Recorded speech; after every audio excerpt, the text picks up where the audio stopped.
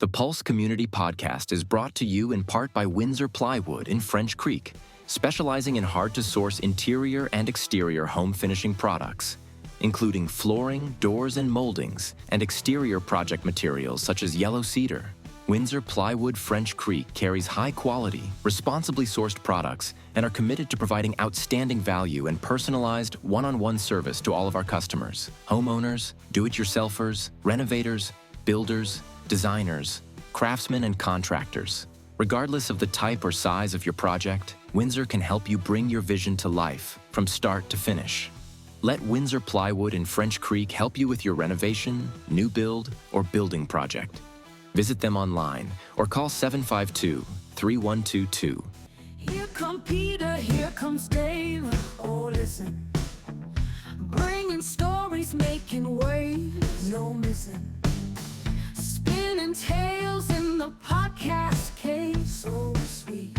Laughs and insights everywhere, what a treat. Peter and Dave, they're on the mics, all right. Join the ride, it's gonna feel just right. Welcome one, welcome all. Step on up and become a part of the Pulse Community Podcast, where we share stories from the people who add the zing to the amazing lives we get to live here in paradise. He is a man who, if he had to describe himself in just one word, it would be bad at following instructions. He's Peter McCully.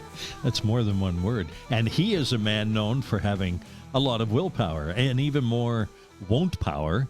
It's Dave Graham. On this episode, we travel to the McMillan Arts Center in Parksville for a chat with Executive Director Jennifer Bate. Jen will touch on some of the upcoming events and exhibitions coming to the MAC. It's a hopping spot. So if it's art or if it's music or if it's theater or if it's dance, we also have yoga here, meditation. I mean, this is a feel-good space. These are tough times in the world right now. And I think that a place like the MAC, that's a collection of people that want to be inspired and want to create and make other people feel good, is so important in the fabric of our communities.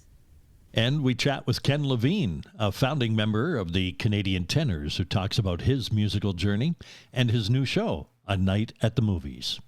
I think for a long part of my career, I didn't really understand that.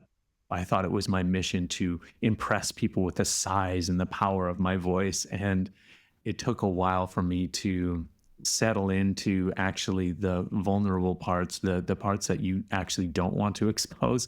That's the part that is the most meaningful and the most tender and the part that people come to hear. Don't get me wrong, I still love belting out some glorious high notes because that has its own place too, but those intimate moments are the ones that are irreplaceable, and that's what you have to hone in as an artist, I think. Congratulations to Randy Hall of Parksville, who got the answer to our last clue in our Tickle Trunk contest, thanks to Thrifty Foods. The last clue was years ago. This was where kids went to learn the 3 R's. Now this place still offers classes, but they might be in color mixing or sketching. Upstairs is a piano that was donated by a famous figure from the world of hockey. The answer being the old schoolhouse. Mr. and Mrs. Howie Meeker donated the piano. Here's the clue for the next location of the Tickle Trunk. The trunk's in a place where it might be spotted by Cammie. Who or what is Cammie?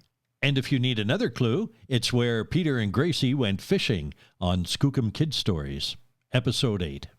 If you think you know the answer, or even if you just want to give it a guess, get in touch. It could be worth a $25 Thrifty Foods gift certificate.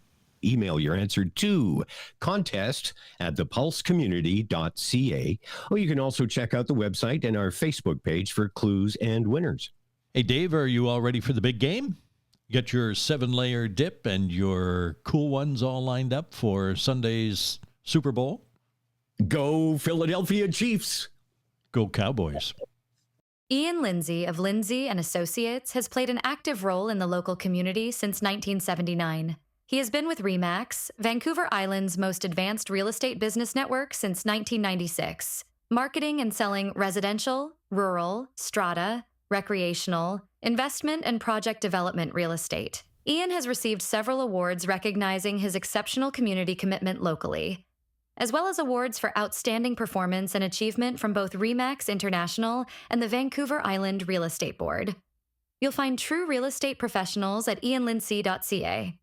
Local groups and governments have been taking action regarding the shortage of doctors, and that includes the Parksville-Qualicum Beach area. A recent announcement was about new doctors and nurse practitioners coming to the area, 8 in all, and we plan to have a conversation in an upcoming episode with one of those doctors. And we are planning to be heading back out to connect with our Pulse community at some point. We'll be asking about perhaps Valentine's Day. Actually, we're looking for your stories anyway. Great memories, big plans, perhaps, or maybe you treat it as just another day. For me, it's another day for chocolate. You are welcome to reach out, share your thoughts at your convenience. You can email, text, even leave a voice message. Follow the contact link to join the conversation. For now, I believe it's time for a chat. Marilyn, who's in the green room? Jen Bate is the executive director of the McMillan Arts Center, and she's waiting in the green room to talk about upcoming shows and a campaign to raise funds to replace the roof, among other projects. Jennifer, thanks for your time. Nice to see you again. We go back a little ways, don't we? We do go back, Dave Graham. We have encountered one another in various different environments through the years, but here we are. I've been coming to this building to rehearse, to see shows, to see music programs, to learn. The common thread every time I step into this building is the structure itself and the spirit within.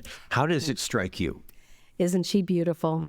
This old schoolhouse was the Parksville School, built in 1913. She's well over 100 years old. Back in the day, it was used after school. It was used as a ballet school. The Arts Council took it over in 1986. So we've been operating here at the McMillan Arts Center is now called, since 1986, and it's really, really gorgeous. And of course, after all these years, maintenance and repairs must be made. So how are you coping? This old lady needs a little bit of love. It might not be public knowledge, but this building is owned privately. It does not belong to the city of Parksville. And the Arts Council co-owns it with Inclusion Parksville, who are our neighbors on this same piece of property. And so, yes, from time to time, she needs a little bit of lipstick. She needs a couple of repairs here and there. And since 1986, the OCAC, the Arts Council, has spent a lot of time trying to maintain her and keep her going for another 100 years. So we are going to be focusing over the next 2 years on a capital fundraising campaign. Not for operations, it's strictly for the building's maintenance and upkeep, so that we can keep going as guardians of this building for another 100 years. The roof needs replacing, the windows need replacing, and she needs a new paint job. Over the next couple months, you're going to hear a lot more about what our planning is. So we are talking about fundraisers. You're going to see some music concerts. You'll see some art sales. We are going to spend a lot of time finding national grants and things like that, because she's not a heritage building, even though she could be, in order to make sure that we can take care of all of these things now and move forward. Hopefully, people will reach down and help us bring her back up on her feet.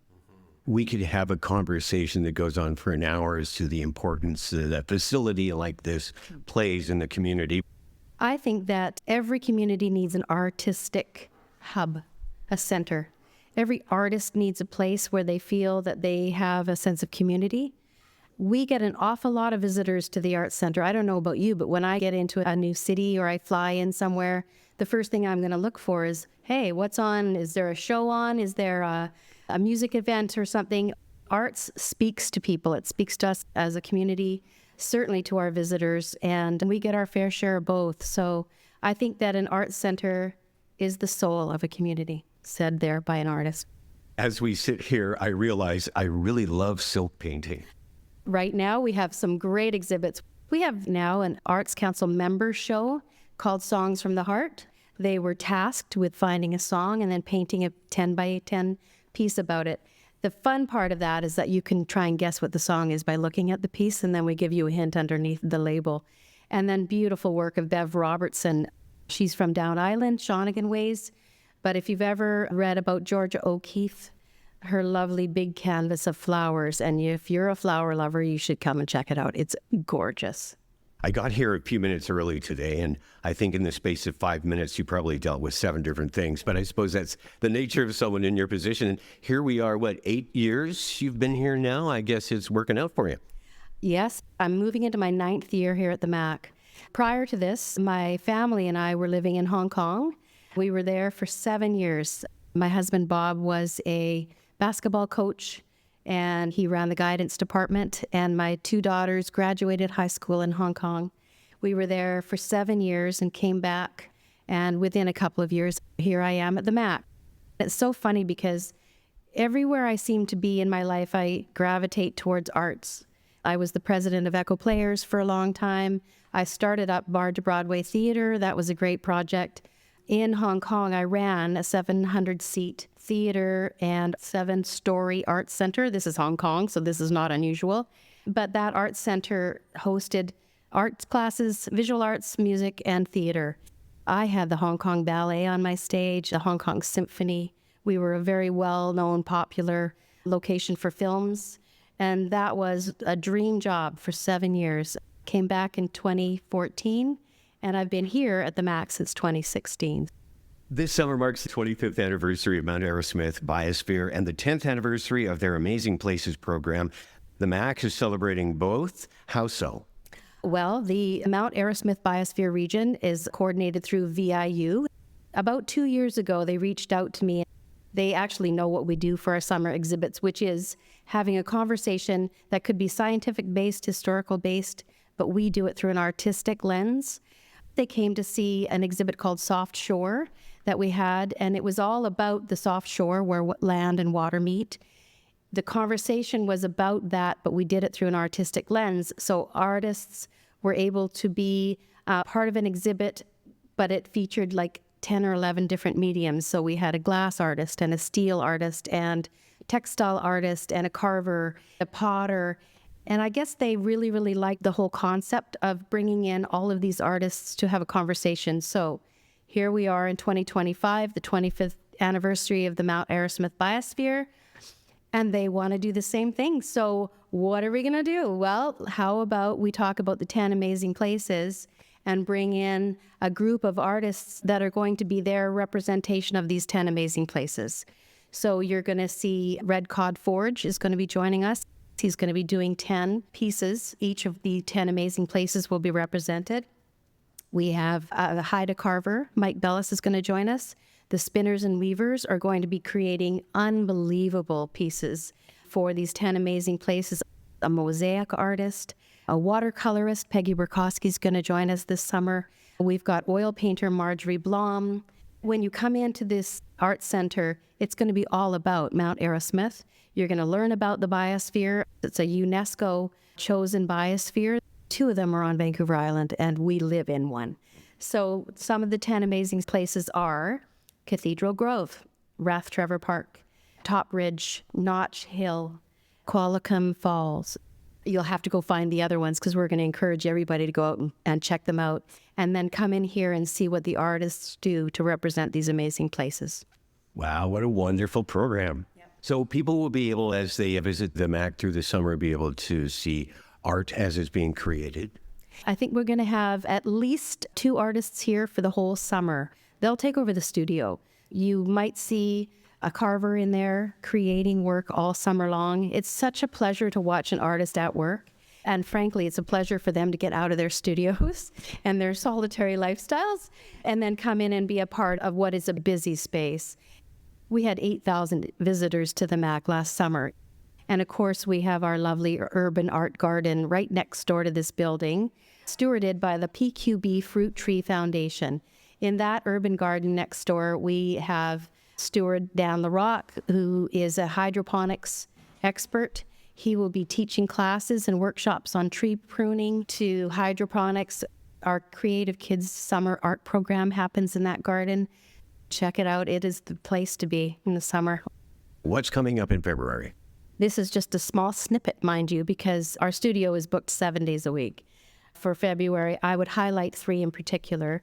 On February the 8th, we have, as part of our folk series, the Cosmic American Musical Review.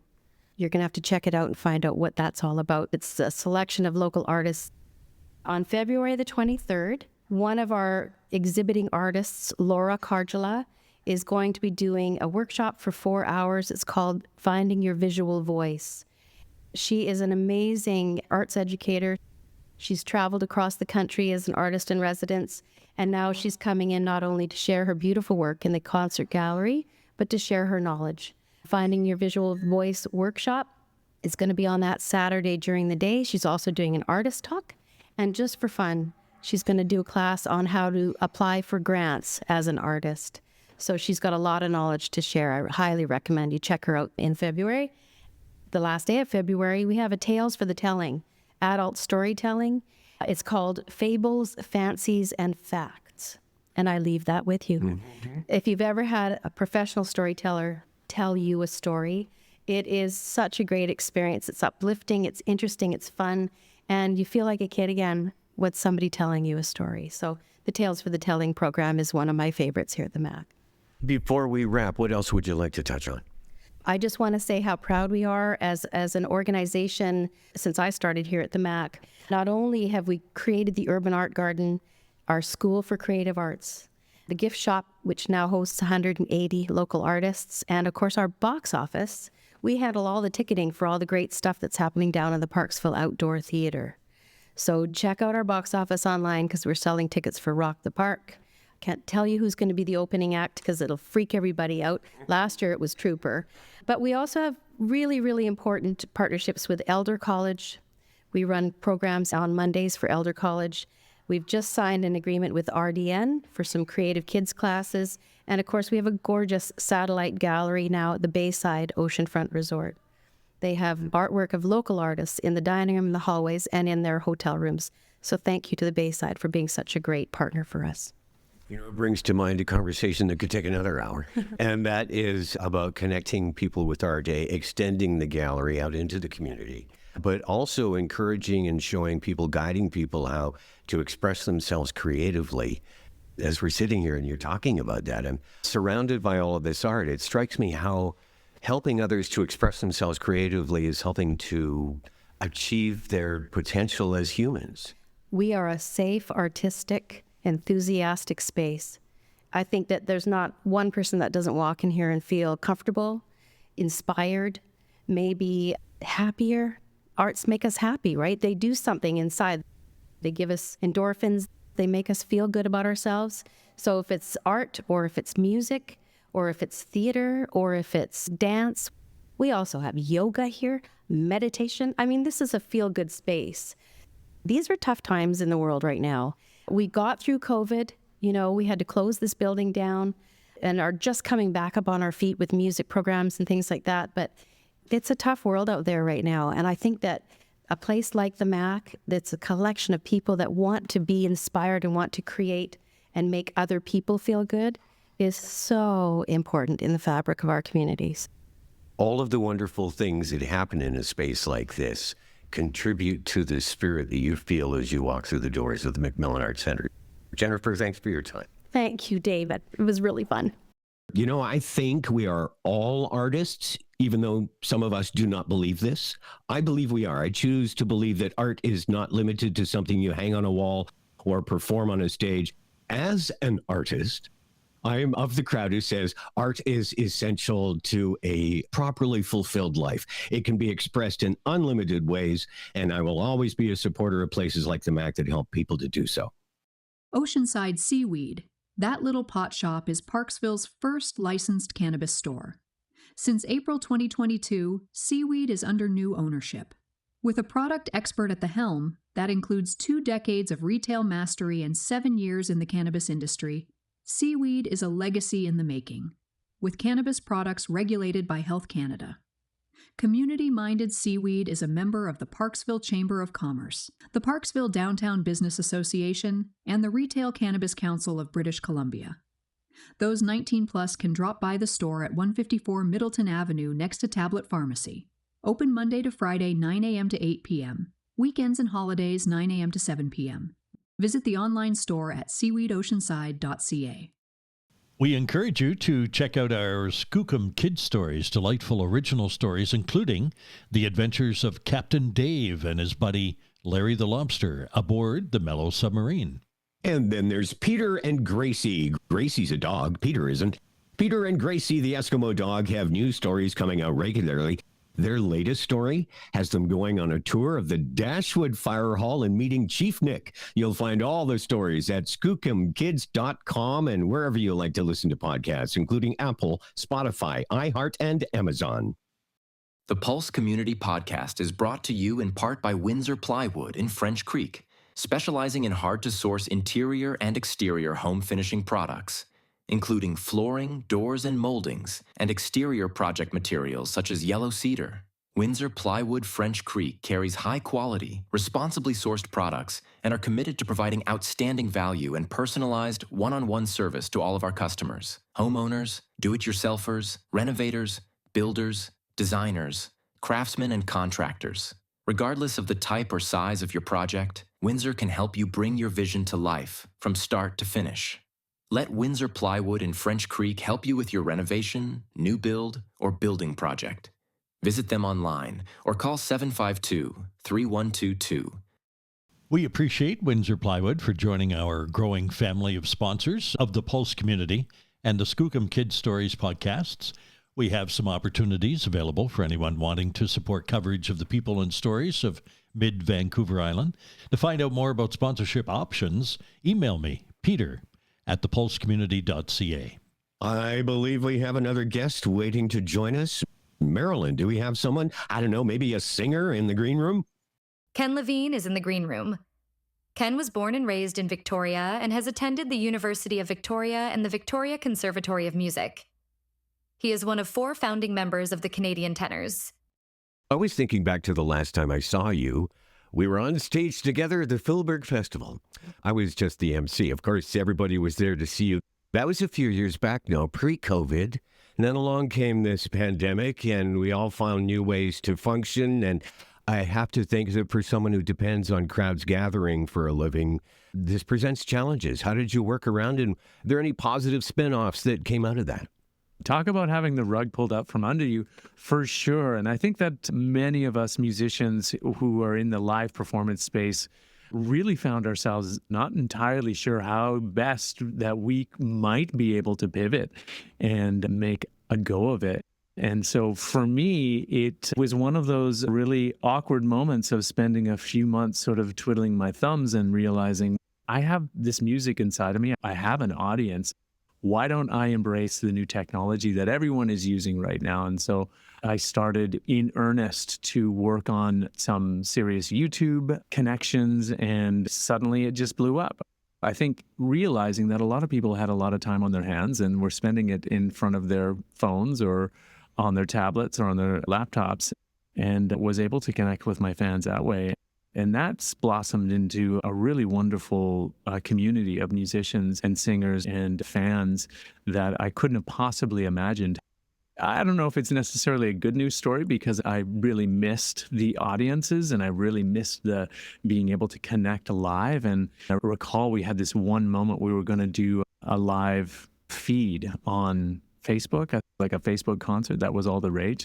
I was struggling to get all of that going, and I had my band in my studio here behind me for the first time in like 6 months, and everyone was so filled with glee that we actually got to make music together again. That it was like, oh, it was such a huge reminder of how powerful this art form is, that the connection that you get with music. I was like, okay, yeah, I'm in the right space. This is the right thing to do. And I really enjoyed that reminder that I think is sometimes missing when you're busy and you have full schedules and you're balancing life and your career and music and audiences and all of those stresses. You sort of sense this kind of burnout, and you lose sight of the magic of just making music and what a true gift it is. So I suppose in some way, I have COVID to thank for that, having that forced reset for the career.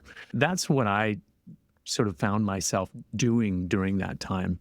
That was really informative for me. Can you believe it's been over 20 years since the great Canadian Tenors were launched?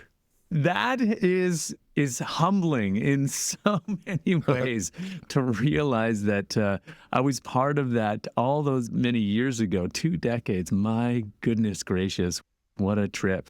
And now here you are again, teaming up with one of the people from that time to put on this show that we're going to be talking about, Dr. Philip Grant. And it sounds like the two of you are pretty tickled to be working together again. Phil and I go back to the founding of the Canadian Tenors, and we were fast friends. We were both very ambitious and wanted to pursue this music thing that we had both bubbling up inside of us, and both living on the West Coast. We were able to hang out, and in that crucible, I think that one of two things can happen. Either the idiosyncrasies of a personality can grate on you, or you can be like, no, this is a lifelong friendship. And for both of us, that's where we landed. And to this day, we catch up once a week. He's on the mainland, I'm on the island. You know, families and career and life takes divergent paths, but it's wonderful that we've been able to manufacture this opportunity to sing together on stage again. And so I couldn't be happier. The show we're talking about is A Night at the Movies with Ken Lavigne and Van City Harmony. Can you talk about how this came to be? Dr. Philip Grant has worn many hats in his life. One of them is being a spectacular singer with the Canadian Tenors. As he's moved through a variety of different formats, he became a doctor, got his PhD in industrial marketing, and became a professor. He still had that love of music, and it morphed and changed, and he wanted to really make an impact in the musical landscape in Vancouver, and started this incredible choir. This is a 40-voice choir, and they're basically the all-stars of choral singers in Vancouver. They're award-winning, and this new choir is absolutely stunning, and he's put together just an incredible all-star cast of singers to present this kind of music that is really complex and difficult to pull off at a high level. And I've had the opportunity to hear them live on multiple occasions, and I'm always blown away. The ability of these voices to both individually shine, but as a group blend in a way that is just absolutely transfixing. And I'm pretty hard-nosed, okay? It takes a lot to impress me. These guys do it every time. You get the hairs standing up on the back of your arms, you know, on the back of your neck. Just that sort of spine tingling moments time after time after time. For him to be able to pull this off and for us to be able to perform together is a real thrill. Is this a 3-night only engagement, or is there more involved? Well, one of the things that Phil had wanted to do with this is provide them opportunities outside of their own native environment of Vancouver. The logical choice was, hey, let's take this on the road, and we'll do these 3 shows as a test run. I'll call up my old buddy Ken, see what he likes to do, what he thinks would work. Of course, I jumped at the chance to be able to work with these wonderful folks. So yes, 3 nights only. This Valentine's Day weekend seemed like the obvious choice to pull in a theme that I think everyone would be able to enjoy.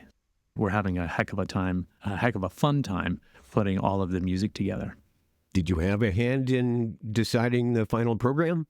Yes, I have my fingers in all of the pies. Of course, not what the choir itself is doing. Donnie Rose is the choir director.